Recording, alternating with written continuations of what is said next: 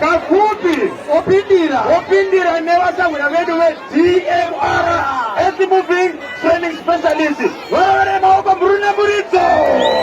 Yesaya Mablaten Makafupi representing James Minding and Rod DMR muruna muritso.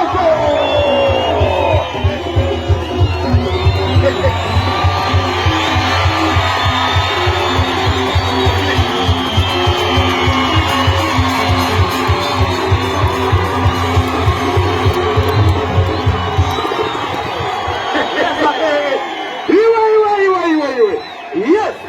Irisago Mablaten. Andaganeka mkoma KP munisei sei. Irisago Malagos. Haya. Napotawaya buriko.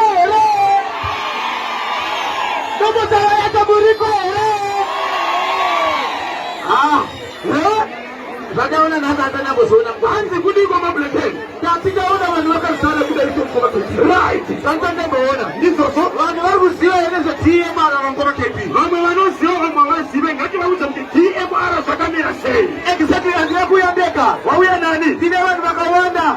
Nasi pacha faru wapando. Alright, exactly. Wauya nani ko? Are you ready for Sekuru Sambu? Kunoota wakopeka. Sekuru Sambu, muruna murizo wachuya Sekuru Sambu.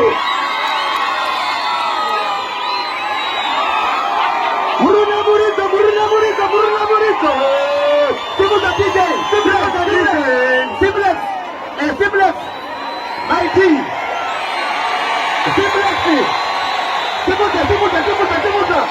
Simuta. Ona. Rosa Buriko.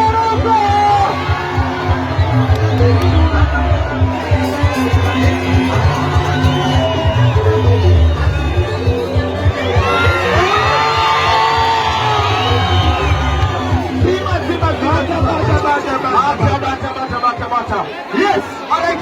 Tunakutiteza kitu TMR.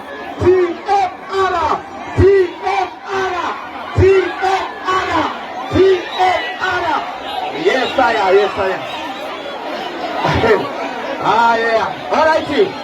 Nikati TMR mnatimama yake. Hizo. TMR. Manake. Yes. Mapla bodile. Ina teguru. Sipamira mapla ke. Si teguru. Nani chidari toka. Bagauna.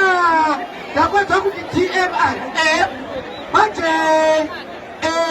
Sandila chama. Ina kita una teguru. Ranga so sakuti ina taneso iko TMR. Ora hiki teguru. Kada kiti TMR. Sinolelezo with James Mining and Road Earth Moving Training Specialist. Kulezo kuzukiri nyanji kana kima kokodera kana kutiziba Sato zautisala kuoperate ma Earth Moving machines. Alright, ndakuti